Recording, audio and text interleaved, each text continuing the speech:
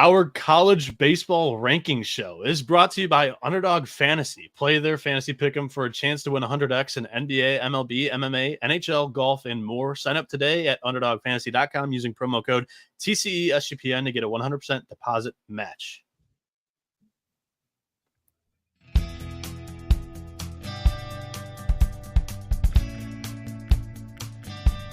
Am I frozen? I'm frozen.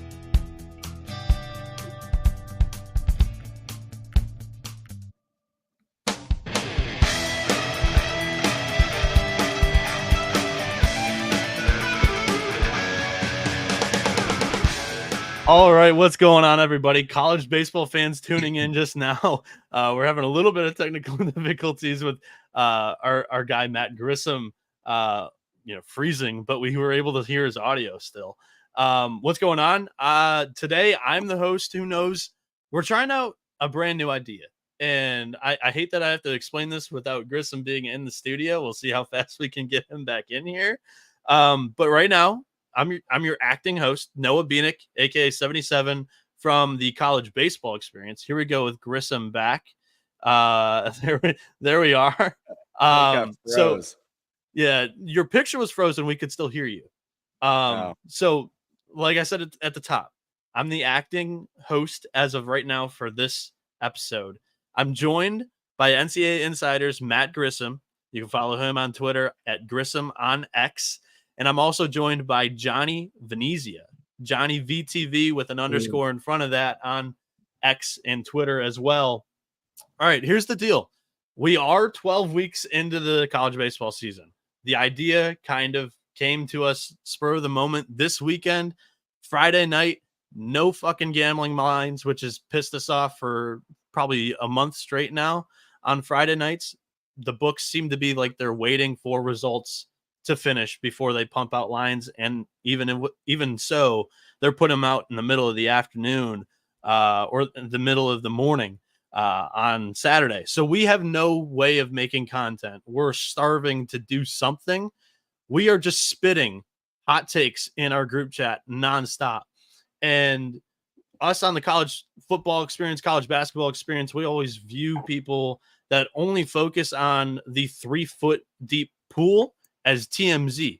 If you're only touching on the SEC, the ACC, the Power 5, be it in college basketball, college football, college baseball, we've labeled them as TMZ. But here in college baseball, there really isn't a TMZ. You don't have ESPN networks. You don't have an MLB network discussing college baseball 24/7, giving you content to go through when you don't have lines to be handicapping.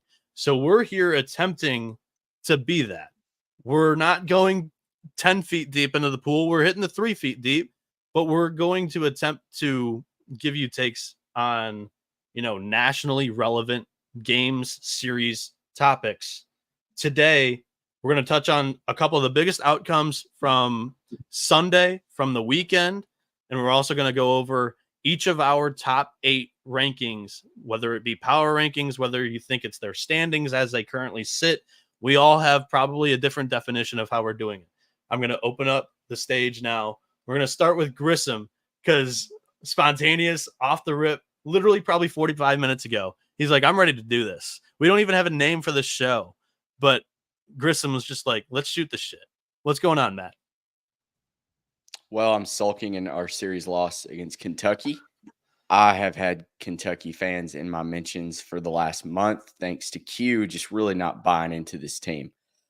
I actually gave him a lot of credit, and then Tennessee came to town and whooped that ass. And I hope we can cuss on this podcast because you can a lot of it.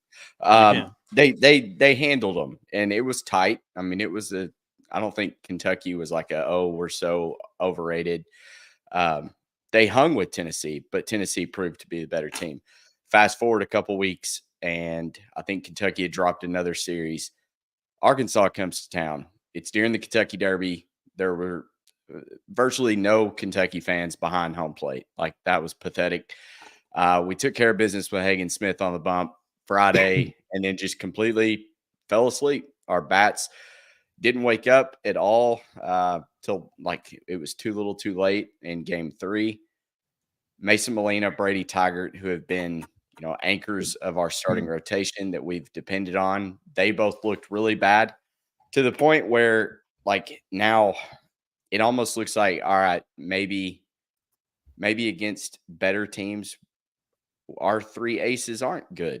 And maybe we just have one ace in Hagen Smith with a couple average arms. You look around the SEC, there's comparable pitchers to Brady Tygart, Mason Molina's stats.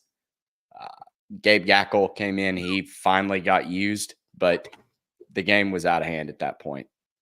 So very, very questionable calls. I didn't really like it or understand Parker Rowland getting the DH spot. You're going to get our third string catcher who's batting 250, the DH over Nolan Souza, the freshman. Didn't make any sense to me. I feel like Dave Van Horn was very okay with losing this series too in the post game, which really pissed me off as a fan because I'm like, well, I wouldn't have bet you today had I known that you were just okay. And he's not one to make excuses, but that was one of the first things he said was, we played 2 midweek games against Missouri State. 2 weeks ago, we played 2 against Texas Tech. We've played whatever it was, 14 games over the last 3 weeks, and it's a lot. I get that, but that doesn't mean you come no-show on the road. My opinion. So Grissom's had a lot of pent-up aggravation with the Hogs, as we can tell. I asked him about kind of, introing maybe to this style of content that we're doing, and it goes right into the Hogs series that we're going to talk about in a little bit. Johnny, I'll come back to Grissom on, kind of his opinions on doing this style of content. Johnny, we were talking offline prior to the hitting record.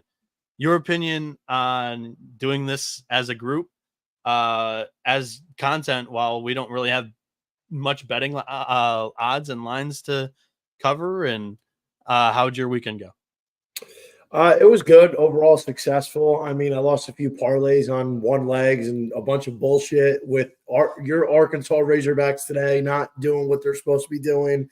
I mean, listen, I knew Kentucky was going to get one, but I kind of felt like, it was most likely going to be Sunday and Saturday was good. Coming into the weekend, I thought Sunday was going to be Kentucky. Saturday was going to be Arkansas to take the series, especially when you get game one, you want to be able to close out and win one of the next two. And that's a big series because that's going to go a long way, possibly in determining who wins the SEC regular champion. And then Troy couldn't finish the job today against ULL. But, a team, and, we'll get to the rest of the teams at some point throughout the show. But a team I was very disappointed in this week, I got to say, was Texas A&M. And A&M held the lead early on Friday. Ryan Prager was solid. He wasn't great, but he was solid. 5 innings, 2 runs, 2 walks, 5 Ks. Gave his team a chance to win. Couldn't hold the lead. And then Saturday, Justin Lampkin continues to struggle. 3 innings, 3 earned. They had an early lead. 3-run first inning. They can't hold the lead. And they drop a series at LSU. And, remember what I said? LSU is a team that I thought was going to be good this year, and it's taken them a little while, but they're starting to heat up at the right time. But A&M needs to win that series. They've, like Arkansas, have shown that they can struggle a little bit on the road. They're not executing. And I think for A&M in particular, the thing I was most concerned about them was their pitching. The starting rotation to me with the Saturday and Sunday with Tanner Jones, who also didn't pitch well today. He hasn't pitched well lately. And Lampkin is going to be a problem in the month of June. Ryan Prager, most of the time you could pencil him as a Friday night W. That's fine. I have no issue with Ryan Prager. But it's Saturday and Sunday roll, kind of like Arkansas, where you have a legit Friday night guy that you feel great about every week.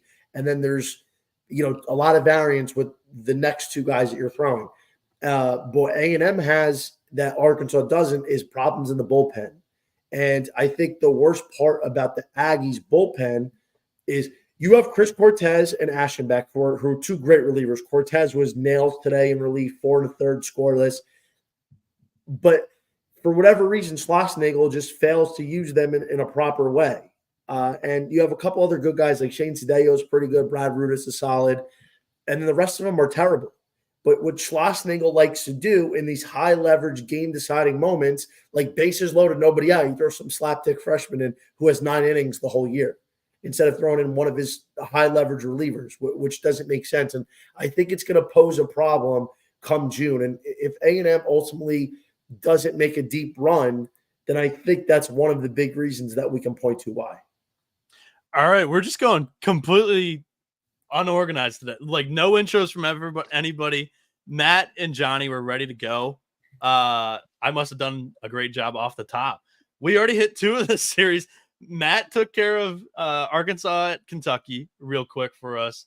Johnny just talked about A&M at LSU.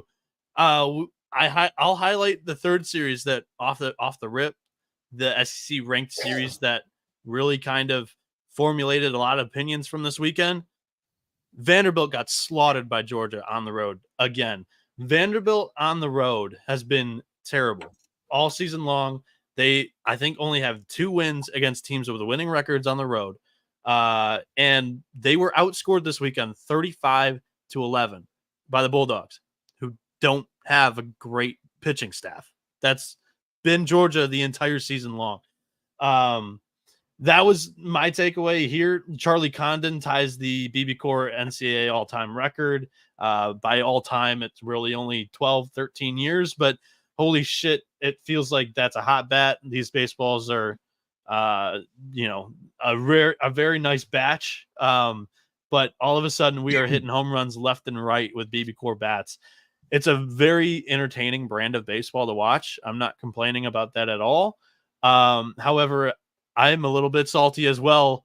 Really kind of only single shotting and sprinkling Peyton Tolley, but I single shotted Caglione on golden spikes. And this is a much more competitive race in that awards market than I anticipated it to be.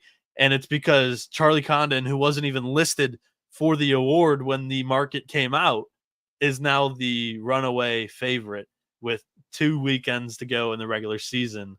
It's been an outstanding and very memorable season put together by a guy in a Georgia lineup that is great. However, this Georgia team doesn't quite crack the teams that I think are like top end, legit, elite. We're going to get to that later on in the show, but it's been a very impressive campaign from Condon for sure. Chat is rolling. We're connected to NCAA Insiders YouTube. We're connected to Johnny V's YouTube. We're connected to the College Baseball Experience YouTube and all of our Twitter accounts. The plan is that fantasy baseball group, that group chat has been alive and running the entire season long with takes being spit out left and right throughout the year. We just needed another platform, another show to be able to share some thoughts. I think this is going to be great as we go down the road to Omaha here. Final couple of weekends of the regular season, conference tournaments, and then the NCAA tournament coming up here down the road. Matt, your thoughts here. Take it either Texas A&M at LSU, Vanderbilt at Georgia, 2 of the other headline series that you have not talked about yet. Do you have anything else that you want to add? Yeah, I mean, much of my frustration for Arkansas's result could be equated to Vanderbilt fans and Texas A&M. I mean, look, it's hard to win series on the road. We get it. That's been kind of an overplayed mantra. But the great teams, they usually figure it out. You can give up one.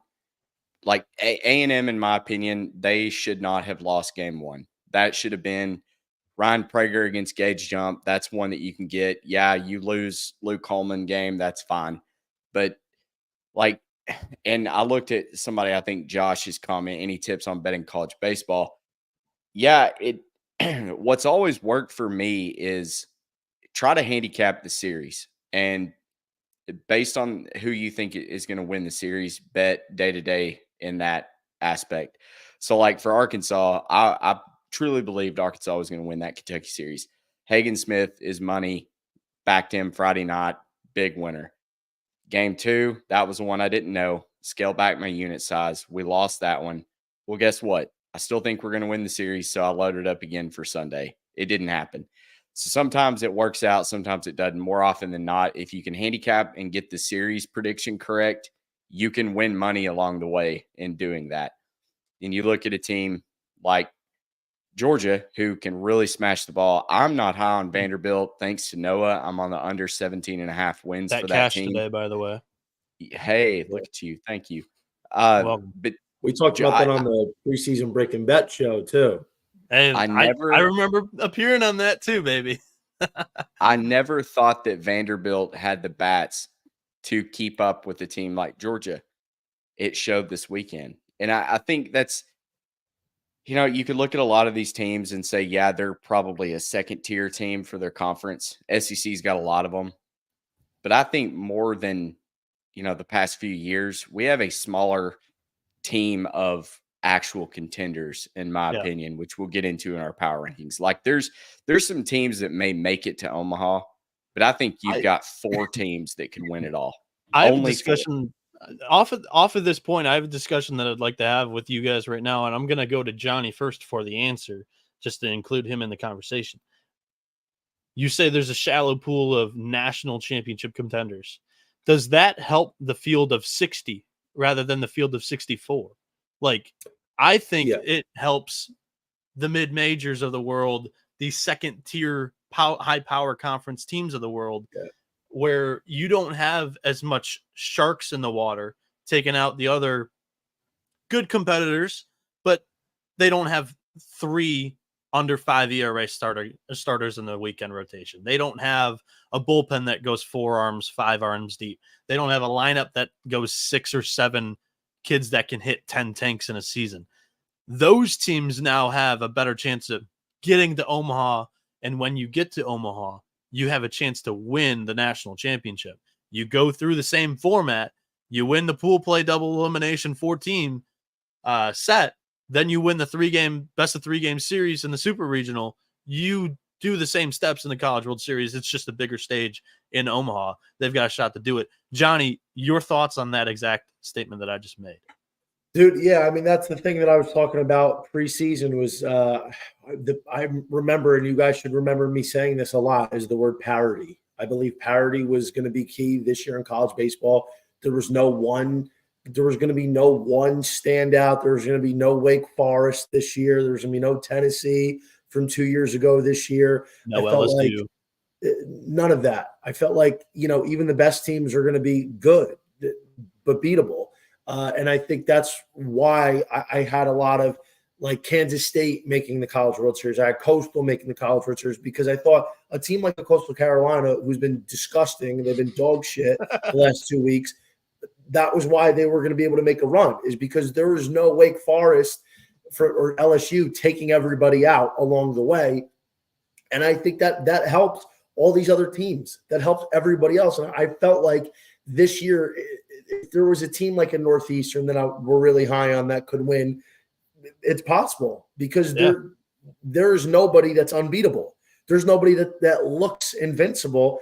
And, that's why for my money, I really started loading up on Florida State and Mississippi State throughout the last few weeks because I'm like, I just don't see how teams like this who have real potential to make a run are going to be, withheld, because I just don't know if I see a team that's that dominant. Like even at A&M's not that dominant. They're good. Don't get me wrong. And, a lot of the competition that they beat of note is at home, and they face Arkansas at home. And I would probably expect them to win that series at Arkansas in the final week.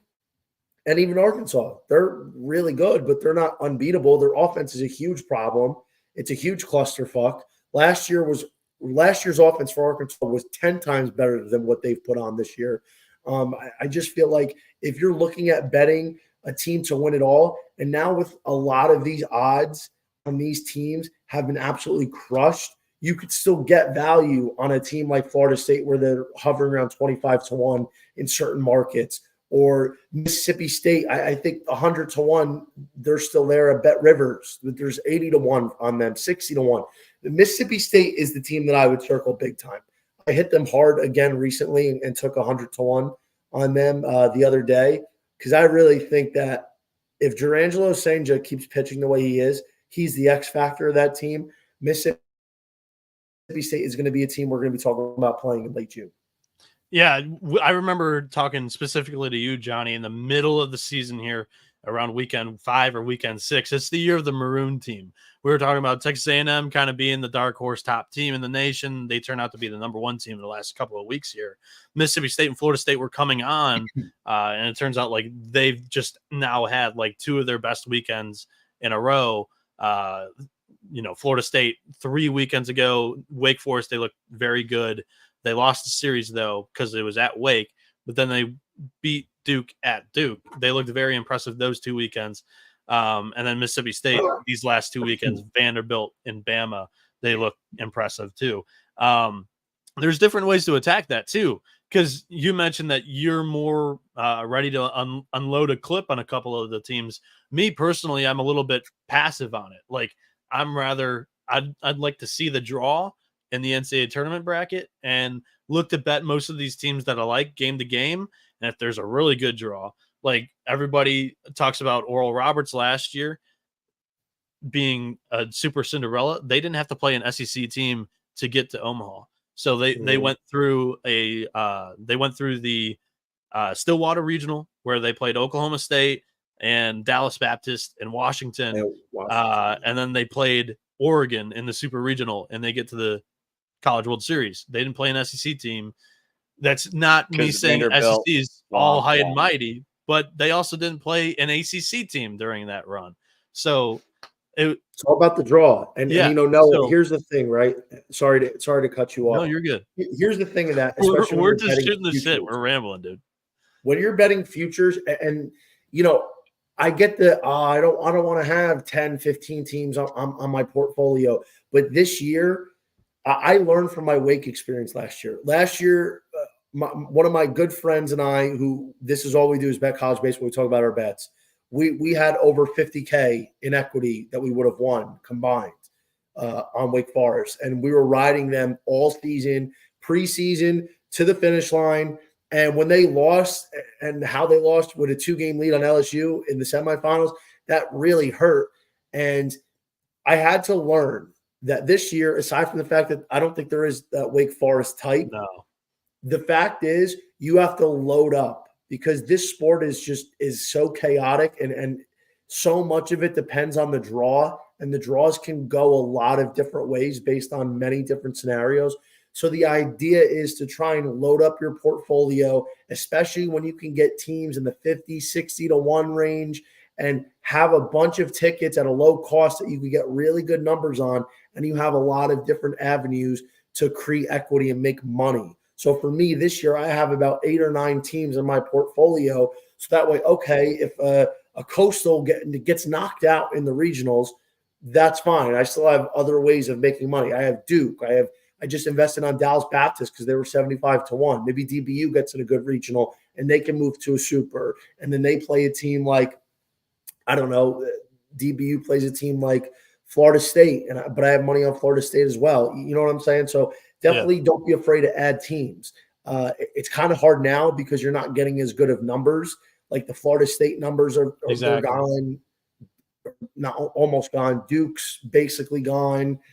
East Carolina's almost gone. So that's why it's important to round out your portfolio and diversify it so you have a lot of options. Grissom, your thoughts on this conversation that Johnny and I had for the last 4 minutes here on the show? Yeah, I'm just the 4 elite teams. I know. So are you taking the 4 elite teams over the field of 60? Do you think because they are at another established level than perceive the rest of the field, does that help the 4 or does that help the other 60 get to have a shot to knock them off? And secondly, how do you attack it in the futures market?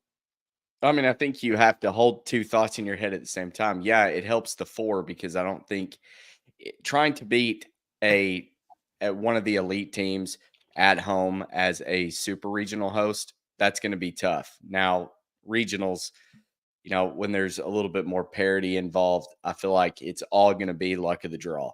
You look back last year, like Kentucky they were a pretty decent team until they had to go to Baton Rouge in the Super Regional. They weren't beating LSU in a 3-game series. Same goes for who are y'all just talking about? Oral Roberts.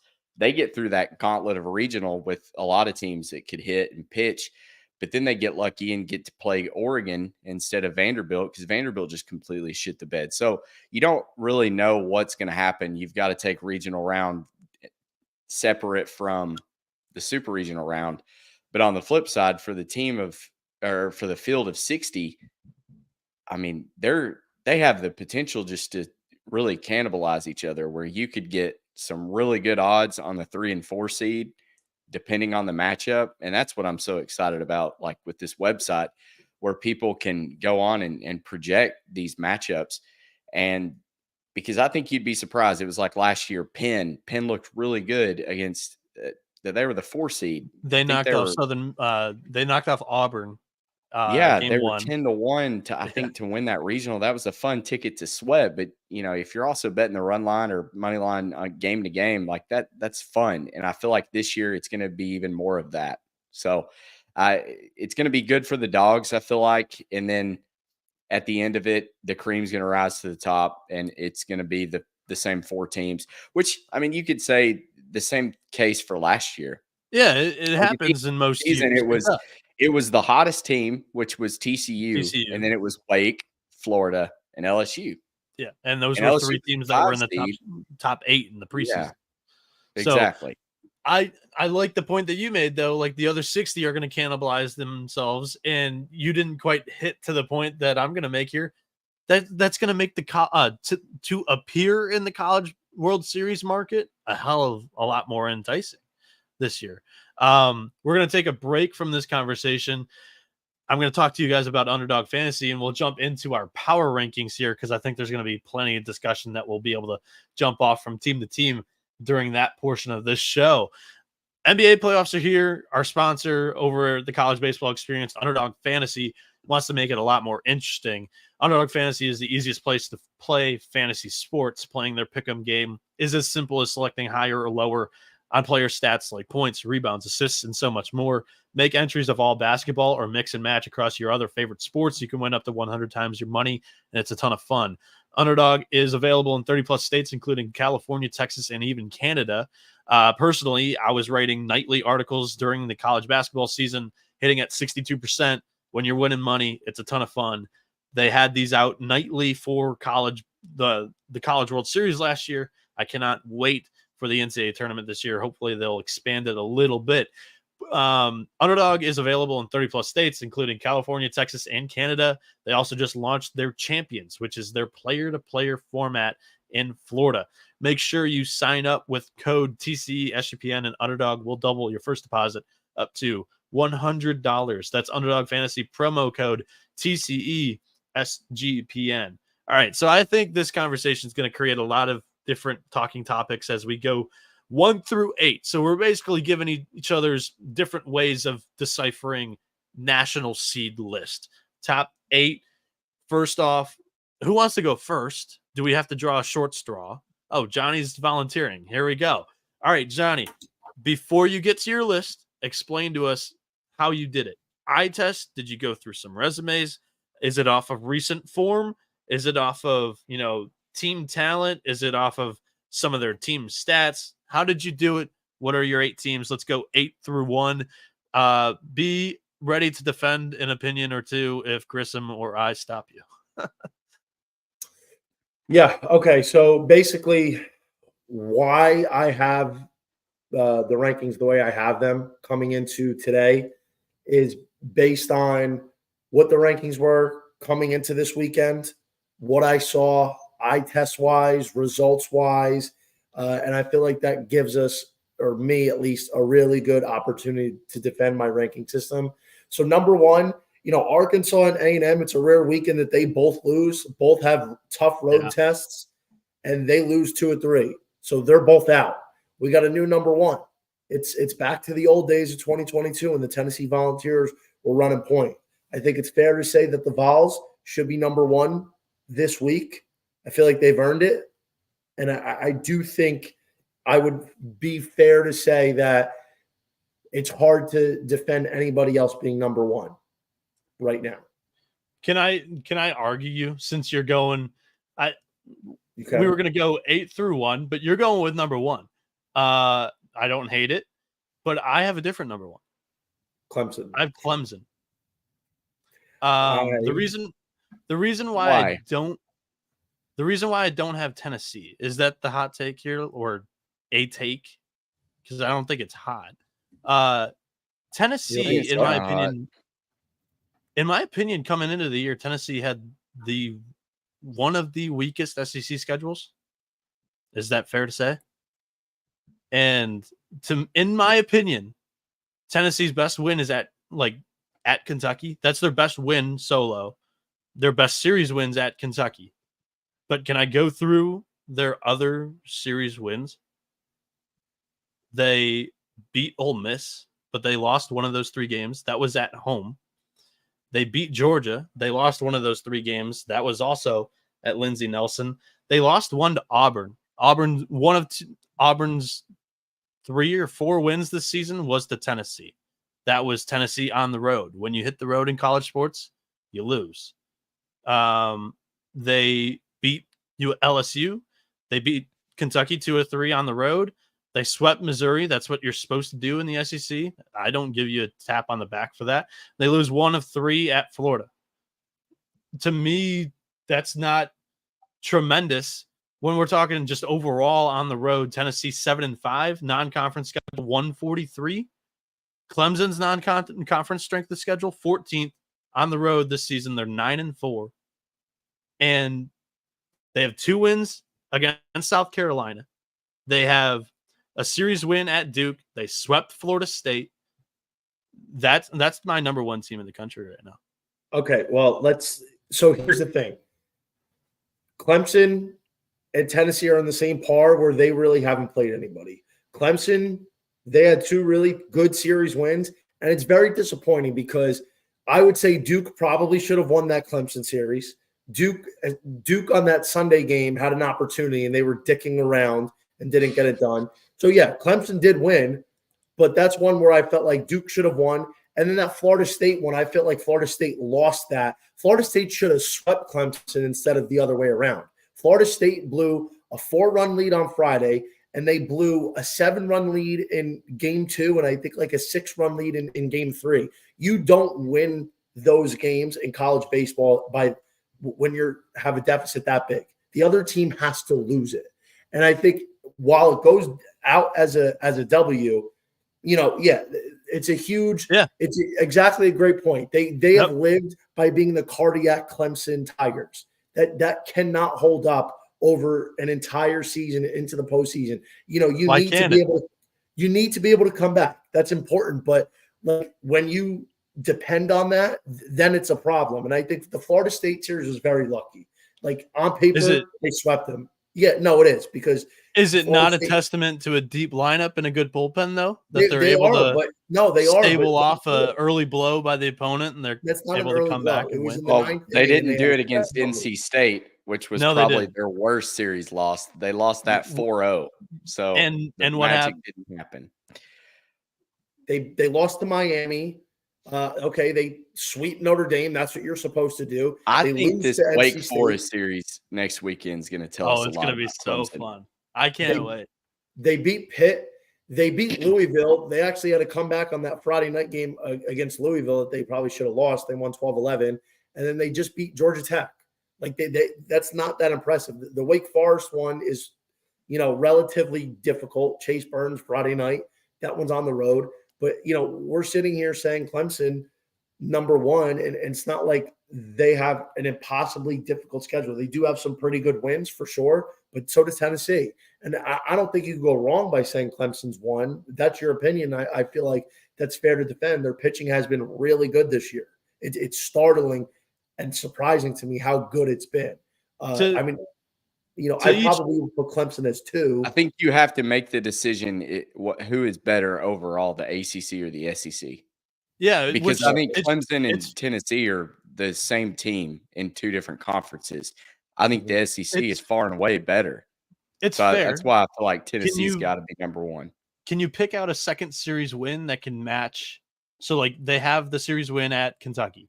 Can they match at Duke and against Florida State? A sweep against Florida State. I have to go. I mean, I don't think they can. I don't think you have to though, but I mean, LSU. I would think LSU. About opinion. If LSU and Duke played in a series, I think LSU would win. If Duke and Florida played in a series, I think Florida would win. When Clemson played Duke, you're telling me Duke is losing to LSU at that time period? LSU's not winning that series. Come on, dude, stop. I mean, they played. It would have been Santucci against Holman. A Georgia series wins tough. Georgia might be inside the top 15 tomorrow. Yeah, now we're getting to picking apples and oranges here. Like opinions are great. That's why we're doing this exercise, because it's fun and we can. Hey, they both have big series next week, and we can make some clips, and it gives us content to talk about. Vanderbilt. The next 10 days for Clemson, we can talk about Tennessee in a second. For Clemson, because I have their schedule right in front of me, they're at Charlotte, sure, okay, but they go 3 games at Wake Forest, and they also go at Coastal Carolina. Like, that's going to be a lot for your pitching staff in 10 days. We'll see how Clemson holds up. What's Tennessee's schedule coming up here? At Vandy. Then close with South Carolina at home. Yep. 2 top tier. 2 decent opponents. And Josh, throw Josh's question up there, because I've got to respond. He said also the SEC isn't far and away better. That's not what I mean. I mean, you take the 4 best teams in the SEC and the 4 best teams in the ACC. The 4 best teams in the SEC are far and away better than what 4 you could come up. Now, if you lowered the sample size and said 2 and 2, correct, it's tighter. But I think top to bottom, the SEC is better. What would you say top 10 if you eliminate Ole Miss? Eliminate Ole Miss and Missouri, Florida, those 4 compared to the SEC with Notre Dame, Pitt, who is even at the bottom outside of Notre Dame and Pitt? Maybe Georgia Tech? No, Georgia Tech's hot right now.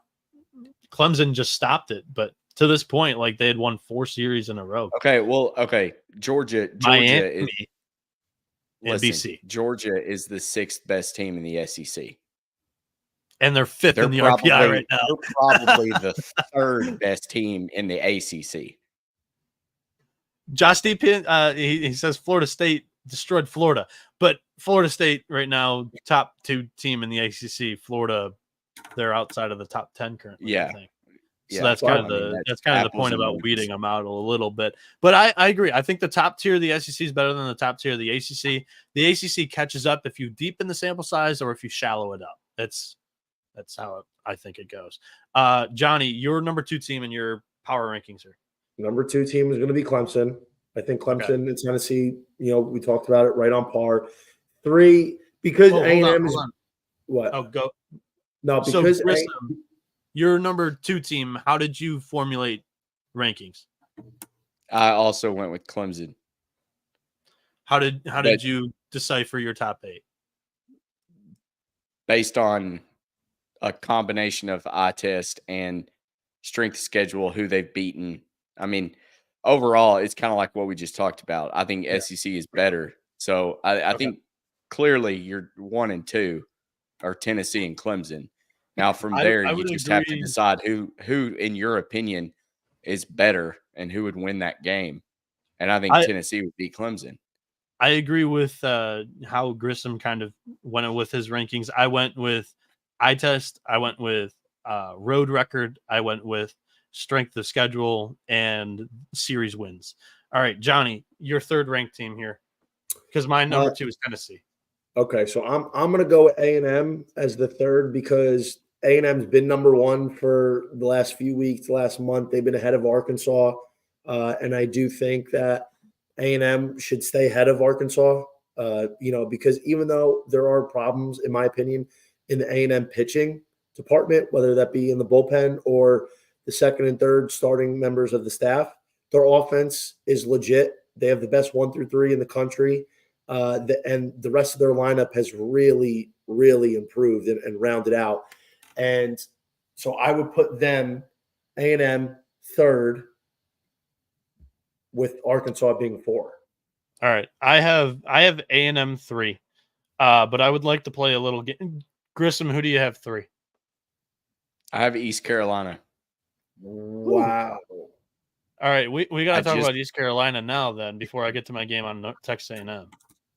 So, what's the opinion on the Pirates? Because I'm sure Colby would love to hear.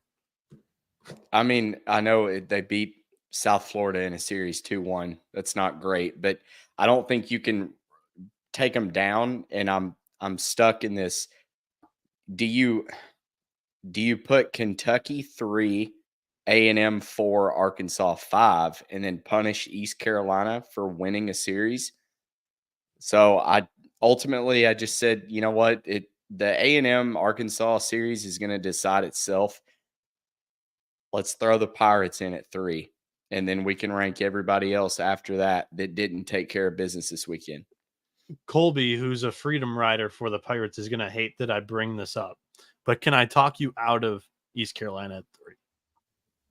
Talk me out of it. I think it's doable. But shout out Jeff Dawson. I said it on his show the other day. Trey Savage and Zach Root they're up there with, as far as a 1-2 tandem. Like, they're a legit pitching staff. Their question mark was hitting, but they've really figured it out here lately. I think their weighted runs created has jumped up over 120. It was like under 100 for the first 3 or 4 weeks of the season, and they dropped series. Their bullpens were just giving it away. I feel like they've figured it out, and they continue to win. So can't really punish them for winning a series that they're supposed to win when you've got Power 5 schools that just didn't look good doing it. I agree with you in that point. However, I might say that or question why you have them that high in the first place. Because I will say East Carolina, I love the mid-majors, and I am a huge fan of the Pirates, and my co-host went to East Carolina. However, they don't have the same amount of opportunities to have a rough weekend as some of these other top teams do. They go on the road. So here are their road series. That's a huge thing that I take into account. They go on the road at Liberty, who has a losing record, and they sweep. They go on the road at UTSA, who's 27-20 this season. They lose 2 of 3. They go on the road at Florida Atlantic. They win 2 of 3, but they still lose a game to a team that's 155th in the RPI and 23-22. They go on the road at Memphis. They sweep against a team that's 21-27. That's their road series this season.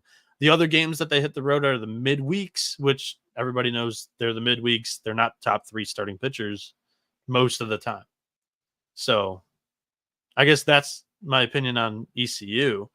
Crutch asks, any stock put into if they play on a neutral, who wins? I took a quick look at my entire list here, and I would take every one of the teams that I have ranked in front of the other to win on a neutral. So I would say, yes, that applies to my list as well. So I would say no in mine, because East Carolina, that's the problem with, are we going with most deserving or are we going with best?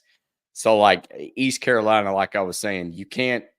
That's why I asked about the rankings, how you came up with them at the beginning. Yeah, and so I was going off of D1 having them 5th going into it, and what I thought the rankings would be tomorrow when they come out.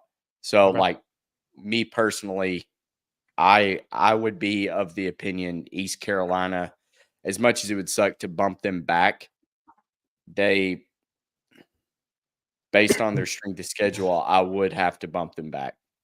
Okay, so you are bumping them back here live on the show. I mean, but that would mean I've got to put Johnny, Kentucky. We're going Kentucky, Arkansas, Texas A&M then. All right, as 3, 4, 5. Texas A&M is my 3rd ranked team. However, I wanted to play this little game about Texas A&M. Who's their best win?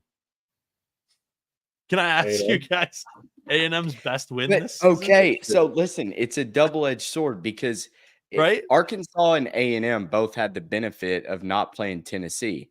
Tennessee had the benefit of not playing Arkansas or A&M. Yeah. So, like, is it bad scheduling? It's the luck of the draw with the SEC scheduling. Exactly. Is it luck of the draw, or is it by design too? That's the other thing. But those are all the top teams in the SEC. This is something that Colby goes through on football. The top teams in the SEC don't play each other every other year.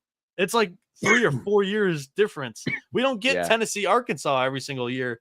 The SEC just doesn't slate up Vitello and Dave Van Horn up against each other. I'm like, because for whatever reason.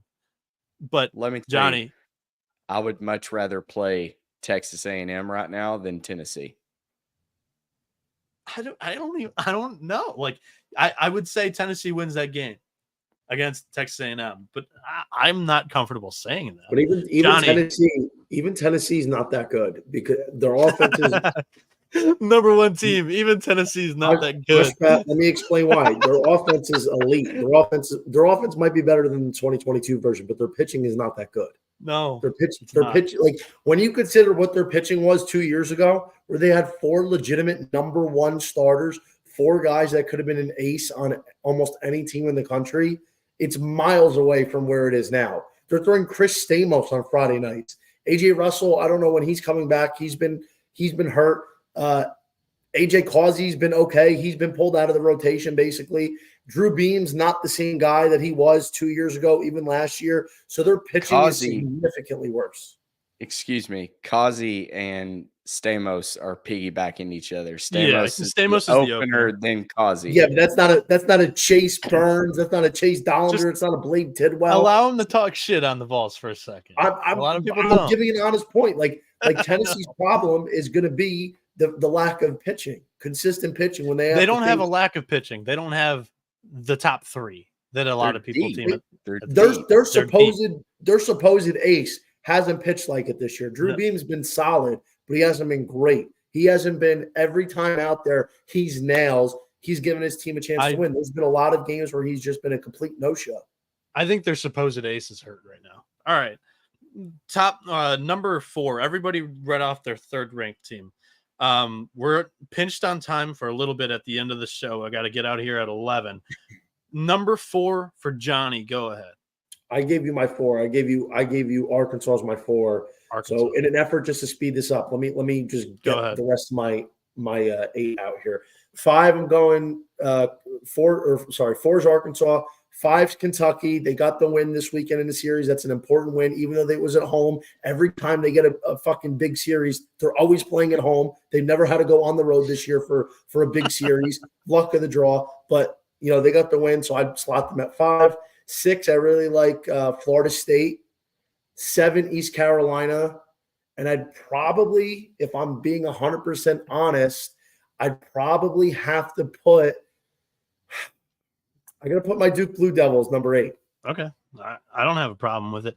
My 4 and 5 is flipped. I'm just going to go out here and say it. Like, I valued head-to-head record, and Kentucky won that series against Arkansas.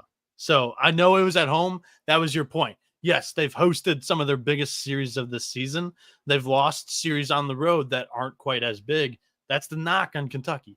But right now I'm valuing that they beat Arkansas 2 out of 3. Grissom, you're 4-5. Yeah, that would be Kentucky, Arkansas. Okay. Yeah. So it was the same. Finish it out with your 6, 7, 8 here, like Johnny just did. Texas A&M, Oregon State, Florida State.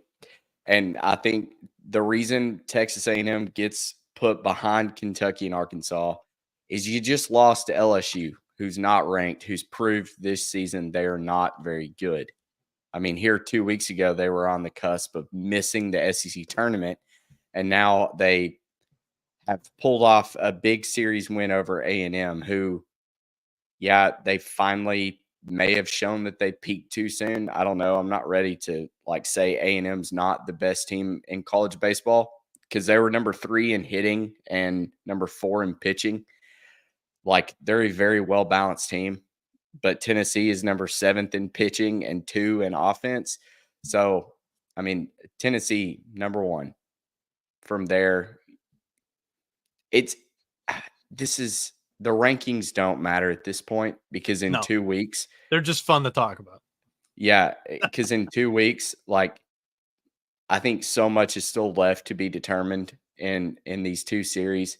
So, I think at the end of the day, you're going to get some Texas A&M, Arkansas, Tennessee, Clemson. There's your top 4, however you want to sort it out. But I do like Johnny putting Duke in. because I'm high on Duke. The problem is they beat up on Longwood this weekend. I can't wait till I get to my 8th team here that I'm about to read off to you guys. 6, I have East Carolina. Again, I don't hate East Carolina. I found ways to not fit them into my top 5. 7, North Carolina. East Carolina's got the head-to-head series victory over North Carolina. I have the Pirates 6. I have the Tar Heels 7. And to route it out, I have the Oklahoma Sooners at 8. They just went on the road and they swept Texas Tech in Lubbock. That was impressive enough to me, but they've also swept. Tech is not good. But Lubbock is a tough place to win. They go on the road. They sweep TCU.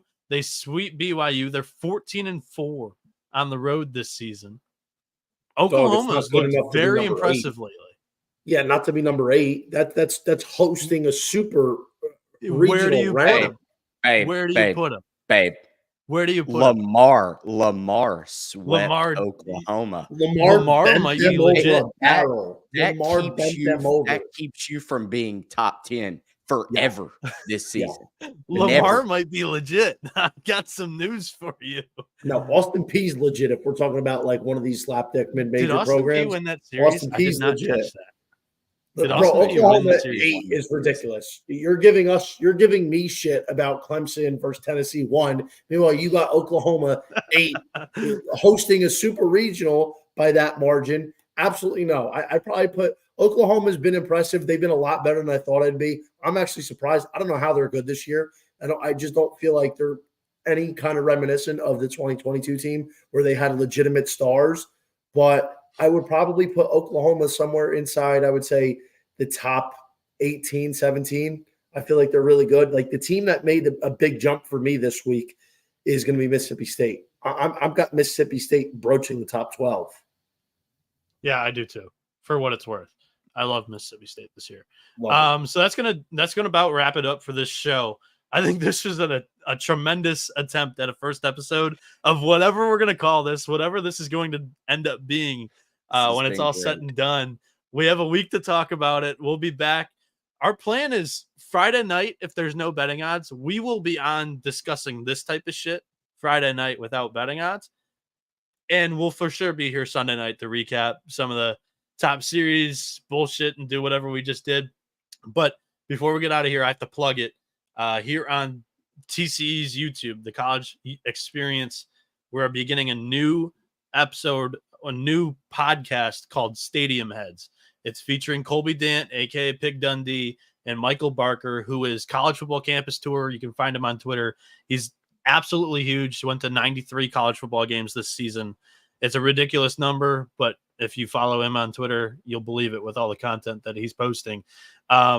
Grissom and Johnny, thank you very much for joining me. One sentence before we get out of here from both of you. Johnny, go ahead. Durangelo Senja, he's taking Mississippi State to the chip, Daddy. Daddy's been light years ahead. Grissom, he muted himself before I think he was done. Go ahead. We'll see. They face Arkansas this weekend and at Baum-Walker. That's going to be a must-win series for the Hogs. So we'll see how good Durangelo Senchi is this weekend. All right, Johnny really likes to pronounce pitchers' names wrong. It's Durangelo Senja. That one is correct. That's correct. Senja. They have a whole pronunciation. If you read the pronunciation, it's Senja. And I also think it's Urangelo and not Durangelo. But I literally listen to I watch every one of his starts. They say Durangelo Senja. You're saying Durangelo Senja. He's from the islands. He's Hispanic. Those J's are pronounced like H's. I think it's Durangelo. But thank you for joining us in this brand new expedition, whatever we're going to call this. It was fun. We're going to do it. Enjoyed it. I really enjoyed doing this. This is going to come back. If y'all enjoyed it. For now, adios, amigos.